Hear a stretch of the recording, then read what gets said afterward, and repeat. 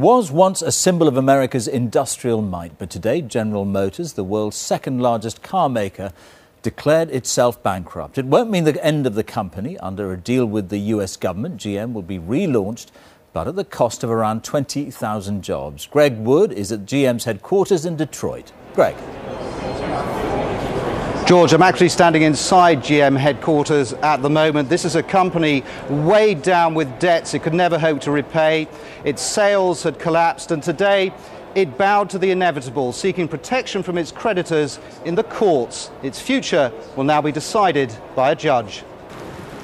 It's a sad day for the once proud Motor City of Detroit. Its decline now mirrored by the collapse into bankruptcy of its standard bearer, General Motors. But this is not the end. Rather, it could clear the ground for a new beginning.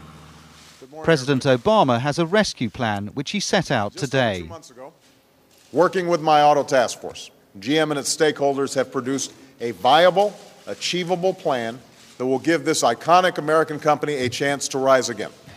It's a plan tailored to the realities of today's auto market, a plan that positions GM to move toward profitability, even if it takes longer than expected for our economy to fully recover. The US government has been supporting General Motors for months. The company's already received $20 billion in public money. Now it'll get a further $30 billion. In exchange, the government will end up owning 60% of GM, making it a state-controlled organization. A wheel rolls along a modern highway.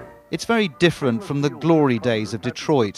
For most of its 101-year history, General Motors made more cars than any other company on the planet and fueled the American dream of affordable motoring. Today, that dream has turned sour. The people of this city still have something to celebrate. Their ice hockey team, the Red Wings, are in the finals of the Stanley Cup, the championship decider. But the fans are shocked by the demise of a company with which they also closely identify. End of an era.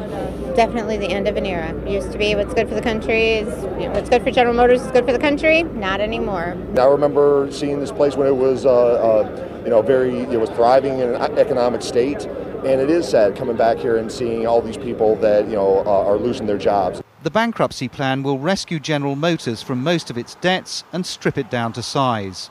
Famous brands like Pontiac, Saturn, Hummer, Saab and Opel will either be axed or sold off. The future of Vauxhall plants in the UK, like this one at Luton, remain uncertain. A buyer has been found, but the deal will have to be approved by the US bankruptcy courts, and that'll take months. The hope is that a new, more competitive General Motors will emerge from bankruptcy within months, but at a time when the global car market has contracted sharply, its survival is by no means guaranteed. George. Thank you, Greg. The Honda car factory in Swindon